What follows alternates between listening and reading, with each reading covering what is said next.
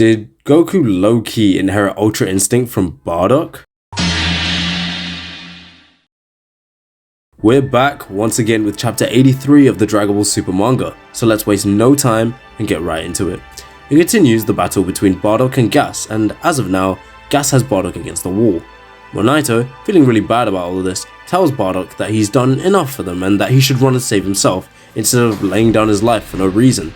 Gas then hints about the upcoming annihilation of the Saiyans, but Bardock doesn't completely get what he's talking about and throws an energy blast at him, but Gas obviously easily dodges and hits him with a giant mace, crushing the bones in his arms. But even through the pain, Bardock's ferocity shines and he swings Gas by grabbing the mace to throw him like a ragdoll.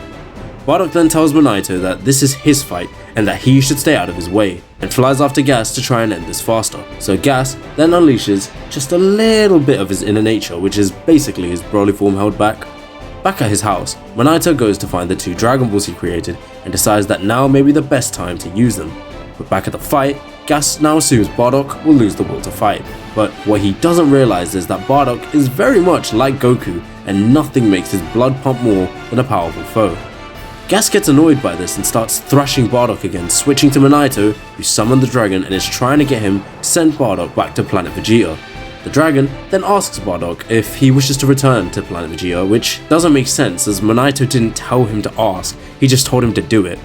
Bardock, as we all expect, refuses to run from a fight, as most Saiyans would, so then Monaito tries to convince him to let the dragon do it, but since he's being stubborn, he asks if he has any other wishes, so Bardock just says something very controversial, which is that he wishes his sons end up thriving. Now, seeing this, the fandom went crazy, as it could mean that the wish actually protected Goku his entire childhood, making all the events of the original Dragon Ball series part of Bardock's wish to help Goku grow up thriving. Now apparently Viz Media made a mistake in their translation, and Herms98 on Twitter has actually translated the original Japanese manga panel, Herms being a very reliable source. We all look to Herms for translations. He's like the best translator in the Dragon Ball fandom right now. And according to Herms, the best way to translate it is that Bardock wished for his sons to grow up strong, which would mean until they were both adults, meaning that the Z portion of the story was not affected at all by the wish, as Goku and Raditz died, proving that the wish stopped protecting them. Either way, this is low-key a retcon, but I don't really mind it, as this whole chapter has better explained why Bardock had a bad feeling in the Broly movie, which made him send Kakarot away in the first place. Anyways, Bardock continues his fight with Gas, getting thrashed so hard that he even loses his tail, meaning he can't become a great ape, but just before Gas can kill him, Monaito jumps in the way to save him, locking the spear with his shoulder.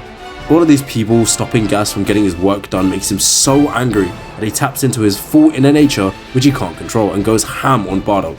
But it seems that save was all Bardock needed to catch his breath, as he manages to start beating down on Gas, as he's not properly thinking as he fights anymore. Gas then asks Bardock why he continues to fight a battle he can't win, if it's not for atonement or revenge, and Bardock suddenly starts glowing with a light aura and tells him that he fights for nothing else other than victory, and pounds Gas with his newly powered up form. Now I don't know about you guys, but this could be one of two things. The false Super Saiyan form from the Lord Slug movie, canonized in a new way for Dragon Ball Super, or it's a hint of Ultra Instinct, as he unlocked this power after being worn down just like Goku did in the Tournament of Power.